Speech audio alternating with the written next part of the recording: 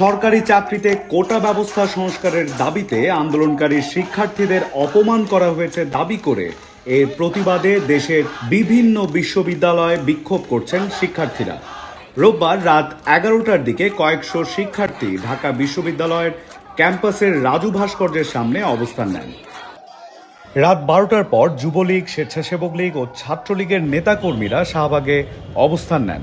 এ সময় শাহবাগ ইন্টারসেকশনের একটি অংশে ছিল বিপুল সংখ্যক পুলিশ। অন্যদিকে চট্টগ্রাম বিশ্ববিদ্যালয়ে কোটা বিরোধী আন্দোলনকারী শিক্ষার্থীদের উপর ছাত্রলীগের হামলার ঘটনা ঘটেছে। এতে 2 জন আহত হয়েছেন।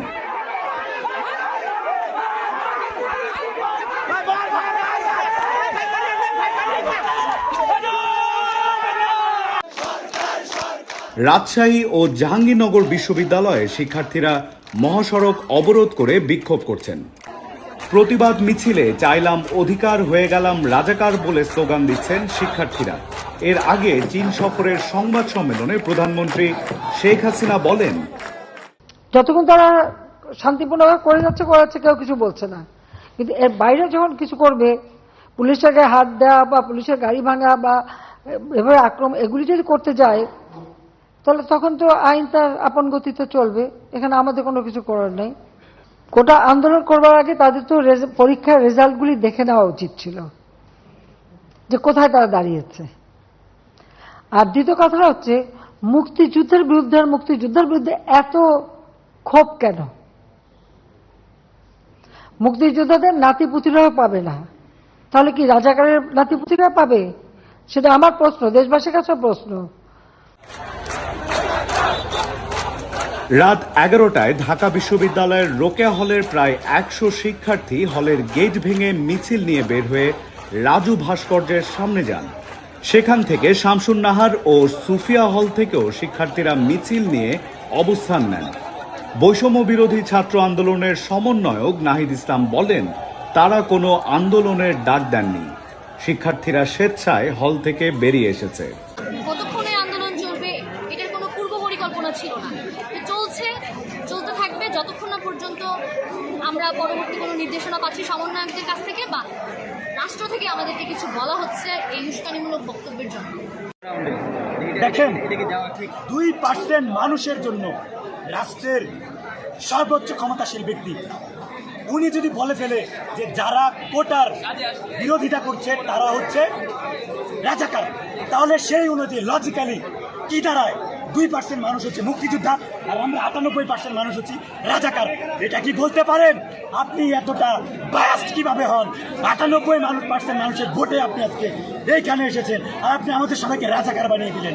এটা আমরা মেনে নেব না, আমরা কখনোই মেনে নেব না।